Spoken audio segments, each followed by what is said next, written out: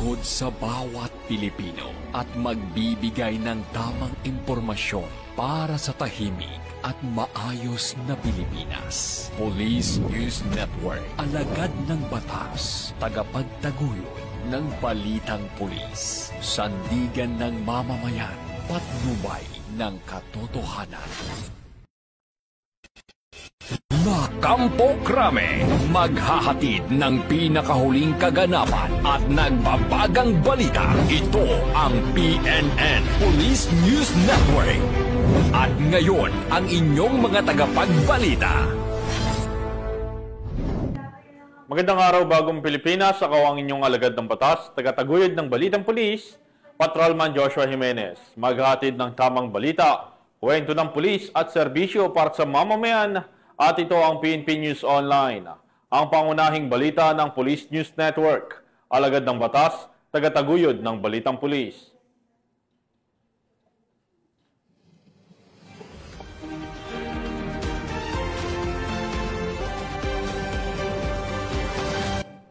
Ngayon ay araw ng Linggo at narito ang mga balitang nakalap ng ating mga PNN correspondent sa loob ng linggong ito.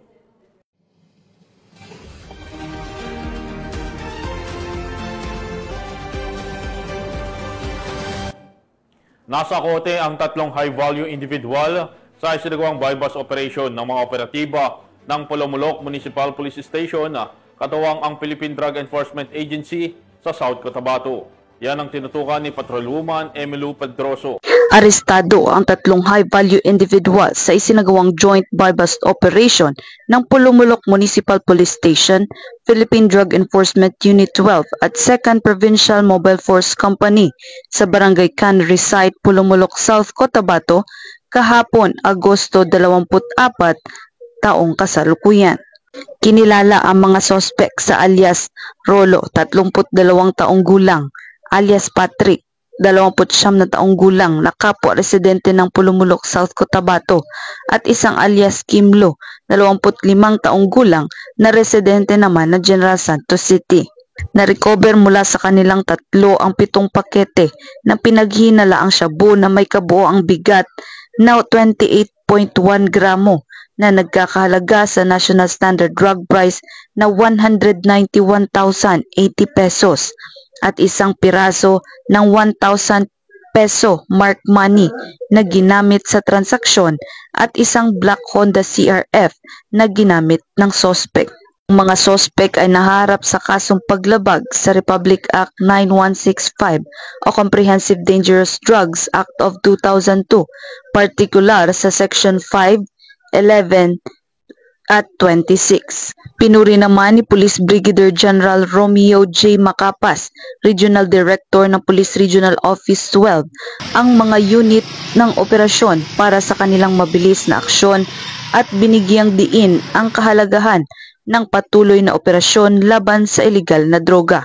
Muling nananawagan ang Police Regional Office 12 sa publiko na makipagtulungan sa kampanya kontra iligal na droga sa pamamagitan ng pag-uulat ng kahina-hinalang aktibidad. Mula dito sa Police Regional Office 12, General Santos City, ako ang inyong Police News Correspondent, Patrolwoman Emilu F. Pedroso, alagad ng batas, tagataguyod ng balitang pulis. Maraming salamat, Patrolwoman Pedroso. Nasamsam ng Police Regional Office 13 ang kabuuang 67 loose firearms sa buong rehiyon ng Caraga bilang bahagi ng pinaigting na kampanya ng Philippine National Police laban sa paglaganap ng mga iligal na armas. Patrolwoman Joanna Kawili sa report.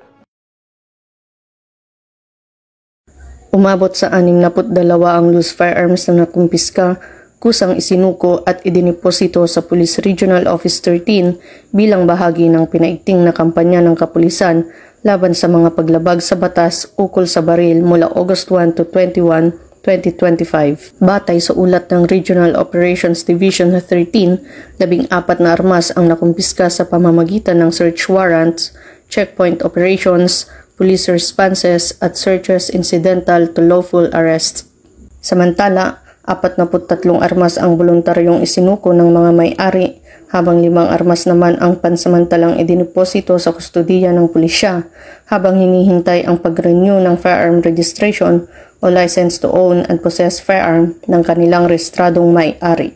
Patuloy ang karaga sa maigting na pagpapatupad ng batas upang matiyak na ang lahat ng armas ay nasa tamang kamay bilang bahagi ng adhikain nitong mapanatili ang kapayapaan at kaayusan sa buong rehiyon.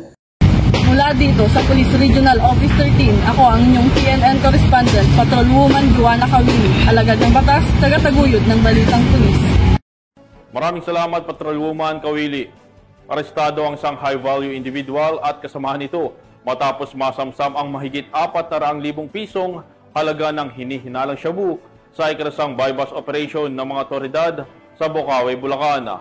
Nakatutok dyan si Patrolwoman Mildred Tawadon.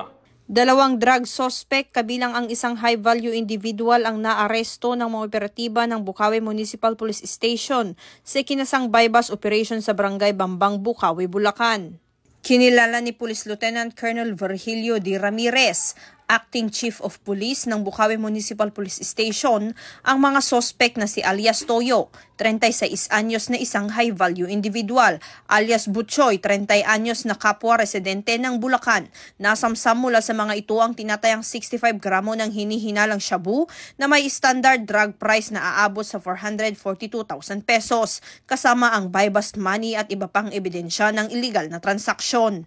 Isinagawa ang operasyon ng Station Drug Enforcement Unit ng Bocaue Municipal Police Station na nagresulta sa matagumpay na pagkakaaresto ng mga sospek at pagkakakumpiska ng mga illegal na droga. Kasalukuyang nasa kustudiyan na ng Bocaue Municipal Police Station ang mga sospek kasama ang mga nakumpiskang ebidensya para sa wastong dokumentasyon at pagsampa ng kasong paglabag sa Section 5 at 11 Article 2 ng Republic Act 9165 o Comprehensive Dangerous Drugs Act of 2002. Samantala, pinuri ni Police Colonel Angel L. Garciliano, Provincial Director ng Bulacan Police Provincial Office, ang Bocaue Municipal Police Station sa kanilang dedikasyon at determinasyon sa pagpapatupad ng batas laban sa illegal na droga. Tiniyak din niya na patuloy ang pinaigting na kampanya ng Bulacan PNP, katuwang ang iba't ibang unit ng kapulisan, lokal na pamahalaan at mamamayan upang manatili ang kaligtasan, kaayusan at kaunlaran ng buong lalawigan ng Bulacan.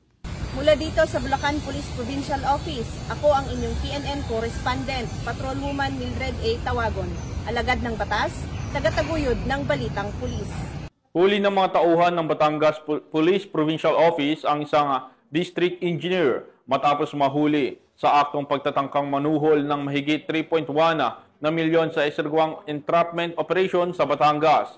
Magbabalita dyan si Patrolwoman Priscil May Urbano. Naaresto ng mga operatiba ng Taal Municipal Police Station ang isang district engineer matapos umano'y mag-alok ng suhol na nagkakahalaga ng 3,126,900 pesos kay Batangas 1st District Representative Leandro Ligarda Libiste upang pigilan ang pagsasagawa ng investigasyon sa umano'y anomalya sa mga proyekto ng DPWH sa nasabing distrito nito lamang ika-22 ng Agosto taong kasalukuyan sa poblasyon Zone 12 Taal, Batangas. Kinilala ang suspect na si alias Abe, 51 taong gulang, district engineer sa naturang bayan at residente ng San Pablo City, Laguna. Ayon kay Police Colonel Giovanni Emerick A. Cibalo, Provincial Director ng Batangas Police Provincial Office. Last Friday po, August 22, around 6 PM ay nagresponde po ang sa pangungunan ng ating hepe sa Taal dahil meron po kaming na-receive na information na may ongoing nga po sir na parang attempt to bribe si congressman po. Kaya nagtungo po si lugar at nakuha nila sir yung mismong tao doon sir at on the act sir na bribe sir. Andun din sir yung na-recover na pera sir amounting to more than 3 million sir. Based on reliable information, nagresponde po yung ating police sir. At yun po yung naabutan nila sa isang area sir. We gave him also his rights sir to due process. Kasalukuyang nasa kustodiya ng Taal Municipal Police Station habang inihahanda ang kasong paglabag sa Republic Act 3019 o Anti-Graft and Corrupt Practice Act na isasampa laban sa kanya. Mula dito sa PRO Calabarzon, ako ang inyong Police News Network Correspondent, Patrolwoman Priscel May T. Urbano, alagad ng batas, tagataguyod ng balitang pulis. Maraming salamat, Patrolwoman Urbano. Aabot sa 17 milyong pisong halaga ng shabu ang nasamsam ng mga otoridad mula sa isang notorious na drug suspect sa ikinasang bypass operation sa Mandaue City. Alamin ang detalye ng report mula kay Patrolwoman Judith Nicanor. Nasabat mula sa isang notorious na drug suspect ang tinatayang 17 milyong halaga ng hinihinalang shabu sa sinagawang bypass operation ng kapulisan ng Mandaue City sa M. Lugarta Street, Barangay Subang Dako, Mandaue City, Cebu nito lamang nakaraan. Kinilala ni Police Lieutenant Colonel Mark Gifter Sokalit, Chief ng City Intelligence Unit, City Drug Enforcement Unit ng Mandaue City Police Office, ang notorious na drug suspect na si alias Jane, 37 anyos, na residente ng 2J Embasa Street, Barangay Sawang Calero, Cebu City. Bandang alas 11:08 ng gabi na ikinasa ng mga operatiba ang bypass operation na kung saan na-recover mula sa suspect ang iba't ibang pakete ng hinihinalang shabu na may timbang na 2.5 kilo at nagkakahalaga ng 17 milyong piso, bypass money, cellphone at isang backpack na ginamit bilang lagayan ng droga. Siya ay kasalukuyang nakapiit sa Police Station 2 ng Mandaue City Police Office. Police Colonel Sirilo Acosta Jr., Mandaue City Police Director, said the operations reflect the continued assault that protect the city from the spot of illegal drug. He said that the MCPO will remain aggressive yet local in the operation. The communities deserve a safe environment free from the influence of illegal drug. Ang operasyon ay pinangunahan ng Mandaue City Police Office, City Intelligence Unit, City Drug Enforcement Unit, Regional Intelligence Division 7, Regional Drug Enforcement Unit 7, Police Drug Enforcement Group 7 at Philippine Drug Enforcement Agency Regional Office 7 sa M. Lugarta Street, Barangay Subang Dako. Ang matagumpay na operasyon ay patunay lamang ng mga kapulisan ng Central Visayas ay patuloy sa kanilang mga operasyon laban sa iba't ibang uri ng kriminalidad tungo sa isang mapayapang bagong Pilipinas. Mula dito sa Mandaue City Police Office, ako yung Police News Network Correspondent, Patrolwoman Judith Nicanor, alagad ng batas, tagataguyod ng balitang pulis. Maraming salamat, Patrolwoman Nicanor. Sa patuloy na kampanya ng pulisya kontra iligal na droga, nasabat ang mahigit 1 milyong pisong halaga ng shabu at marijuana mula sa 2 individual sa isagawang bypass operation sa Cagayan de Oro. Ang report mula kay Patrolwoman Sarah Vem Bato Malaki. Tinatayang nasa mahigit 1 million pesos halaga ng droga ang nakumpiska sa joint bypass operation ng RIU-10, RPDU-10, PDA-10, PDEA-10 at mga operatiba ng Cagayan de Oro City Police Office sa Barangay Lumbia, Cagayan de Oro City. Ayon kay Police Brigadier General Rolindo M. Sugilon, Regional Director ng PRO-10, ang mga naarestong suspect ay kinilalang sina alias Ayok, 21 taong gulang at alias Marix, 27 taong gulang, may asawa at mga residente ng nasabing lugar. Sa ikinasang operasyon ng mga operatiba ay nakumpiska ang mga pakete na hinihinalang shabu na may tinatayang standard drug price na 1,020,000 pesos, isang pakete ng high-grade dried marijuana buds na may halaga na 5,000 pesos, 14 na pakete ng high-grade dried marijuana leaves na may bigat na 75 grams at may halaga na 8,960 pesos, at isang 1,000 pesos na ginamit nilang bypass money at iba pang mga drug paraphernalias. Ang mga suspect ay naharap sa kasong paglabag sa RA 9165 o Comprehensive Dangerous Drugs Act of 2002. Mula dito sa Camp Capistrano, Busa, Cagayan de Oro City, ako ang iyong PNN Correspondent, Patrolwoman Sarah Vem Bato Malaki, alagad ng batas, tagataguyod ng balitang pulis.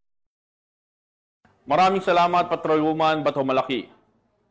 Nabuwag ang isang drug den sa isagawang bypass operation na nagresulta sa pagkakaresto ng 5 individual sa Cotabato City. Iyan ang tinutukan ni Patrolwoman Maricris Algabre. Matagumpay na nabuwag ng PNP Probar at PDEA Barm ang isang drug den at naaresto ang 5 suspects sa sinagawang bypass operation dakong alas 12:05 ng madaling araw noong ika-21 ng Agosto taong kasalukuyan sa Purok Kabuntulan Poblasyon Mother, Cotabato City. Kinilala ni PDEA Barm Director Hill Cesario P. Castro ang mga naaresto na sina alias Teddy, 32 anyos, alias Marlon, 44 anyos, alias Zol, 28 anyos, alias Juharto, 35 anyos at alias Abad, 32 anyos na pawang residente ng nasabing lungsod. Nakumpiska mula sa mga suspek ang 13 piraso ng heat-sealed transparent plastic sachet na naglalaman ng tinatayang 15 gramo ng hinihinalang shabu na nagkakahalagang 102,000 pesos, by bust money, isang cellphone at iba't ibang drug paraphernalias. Nahaharap ang mga ito sa kasong paglabag sa Republic Act 9165 o Comprehensive Dangerous Drugs Act of 2002 at kasalukuyang nasa kustudiya ng PDEA BARM para sa tamang disposisyon.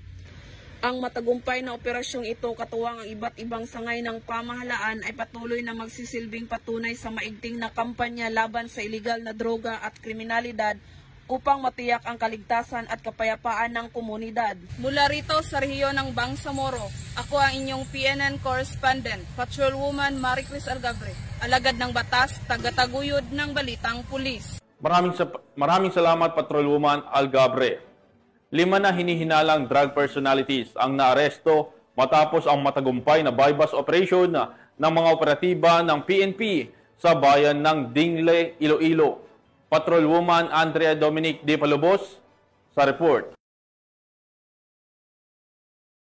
Sa patuloy na paglaban ng Police Regional Office 6 kontra sa iligal na droga, arestado ang 5 drug personalities sa ikinasang drug buy-bust operation ng kapulisan sa Barangay Tinukuan, Dingle, Iloilo. Nito lamang ika-23 ng Agosto taong kasalukuyan. Ang operasyon ay pinangunahan ng puwersa ng Provincial Drug Enforcement Unit Team sa pangunguna ni Police Major Daje de Lima, Officer in Charge, kasama ang Iloilo Police Provincial Office SWAT, Dingle Municipal Police Station, 603rd Mobile Company ng RMFV6 at Provincial Intelligence Unit, na nagresulta sa pagkakadakip ng 5 sospek na kinilala na sina alias Bonbon, 39 na taong gulang, residente ng Barangay Tinukuan, Dingle, na main subject at naitalagang high-value individual, alias Bentot, 55 taong gulang, walang trabaho at naitalagang high-value individual, alias John, 31 taong gulang, alias Francis, 30 taong gulang at alias Jerry, 44 na taong gulang at mga naitalagang street-level individual. Na-recover ang kabuuang bigat na humigit kumulang 740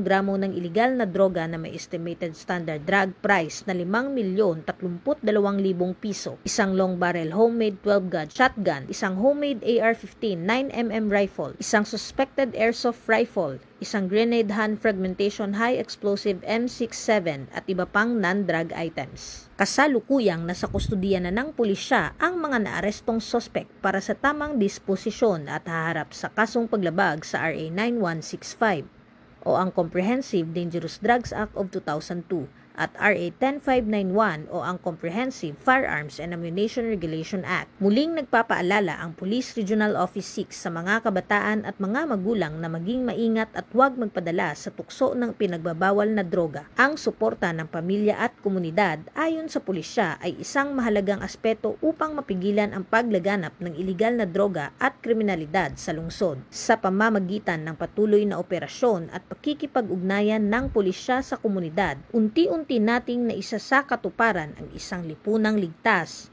tahimik at drug-free na Western Visayas. Mula dito sa Police Regional Office 6, ako ang inyong Police News Network Correspondent, Patrolwoman Andrea Dominic De Palobos, alagad ng batas, tagataguyod ng Balitang Pulis. Maraming salamat, Patrolwoman De Palobos. At yan ang mga balitang nakalap ng ating mga PNN correspondents mula Luzon, Visayas at Mindanao sa loob ng linggong ito. Sa ngalan ng pamunuan ng Philippine National Police sa pangunguna ni Acting Chief PNP, Police Lieutenant General Jose Melencio Nartates Jr. at sa pamumuno ni President Ferdinand Marcos Jr., kami ay maglilingkod sa bawat Pilipino at magbibigay ng tama at balanseng balita dahil dito sa Bagong Pilipinas, ang gusto ng pulis, ligtas ka. Mula rito sa tanggapan ng tagapag-ugnay ng Pambansang Pulisya, ako ang inyong alagad ng batas, tagataguyod ng Balitang Pulis, Patrolman Joshua Jimenez. Maghatid ng tamang balita, kwento ng pulis at serbisyo para sa mamamayan at ito ang PNP News Online. Ang pangunahing balita ng Police News Network.